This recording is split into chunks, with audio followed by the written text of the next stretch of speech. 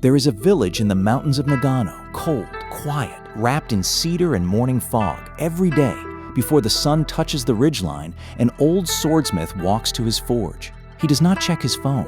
He does not wait for inspiration. He does not ask himself if he feels ready. He lights the fire. He has lit this fire for 53 years. And every morning, without drama, without ceremony, without the need for applause, he begins. The iron does not care how he feels. The hammer does not soften for his fatigue. And the blade only becomes what it is through thousands of strikes that no one will ever see. This is not a story about talent. This is not a story about passion. This is a story about something far older, far quieter, and far more powerful than either of those things. We live in an age obsessed with shortcuts, with hacks, with overnight transformations, with the myth that the right morning routine or the right mindset video will somehow bridge the gap between where we are and where we want to be. And yet, we look around, and most people are still stuck. Not because they lack intelligence, not because they lack resources, but because they are waiting for motivation to arrive like weather, waiting to feel ready, waiting for the moment when hard work stops feeling hard. That moment never comes. The Japanese have known this for centuries. There is a word in Japanese that most people have never heard: shugyo. Shugyo is not a motivational concept. It is not a productivity framework. Shugyo is the ancient practice of austere, relentless self-discipline, the deliberate embrace of difficulty as a path to forging the self. Samurai trained through shugyo.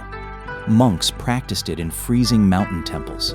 Martial artists endured it in dojos where no one praised them, where no one filmed them, where the only witness to their suffering was the wooden floor beneath their feet.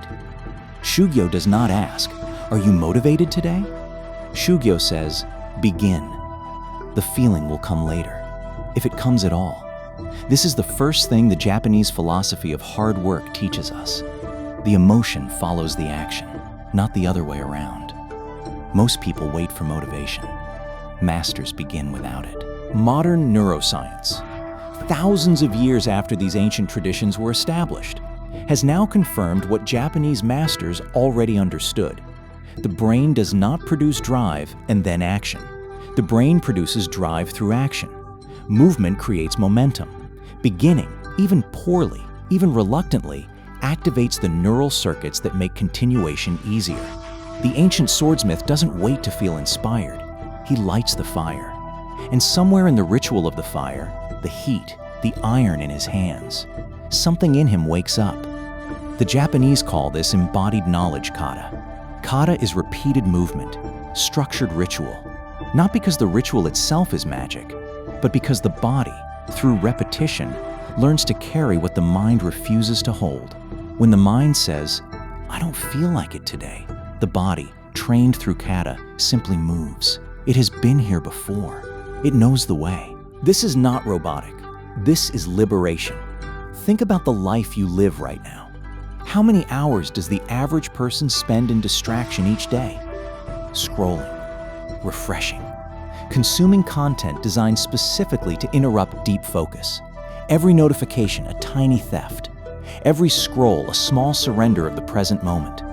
The Japanese concept of zanshin speaks directly to this. Zanshin means remaining mind. It is the quality of awareness that lingers, alert, present, fully engaged, even after an action is completed. The archer who releases the arrow and holds his form. The craftsman who, even after setting down his tools, remains in the spirit of the work. Zanshin is the opposite of how most of us live. We begin tasks and mentally check out halfway through. We eat while watching screens. We speak while composing our next thought. We work with our hands but not our minds. Zanshin asks, "Where are you, really?" Hard work, in the Japanese sense, is not simply effort. It is the quality of presence behind the effort. Two people can sit at the same desk for the same number of hours. Only one of them is truly working.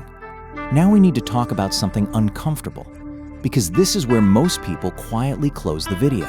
This is where the philosophy meets the psychological wall we have all built around ourselves. The wall has a name: resistance. Stephen Pressfield once called it the most dangerous force a creative person faces. But resistance is not unique to artists. Every human being who has ever tried to build something, change something, or become something has met this force. And it is clever. It does not always appear as laziness. Sometimes it appears as planning, as research, as the feeling that you need just a little more information before you begin, as the quiet conviction that now is not quite the right time.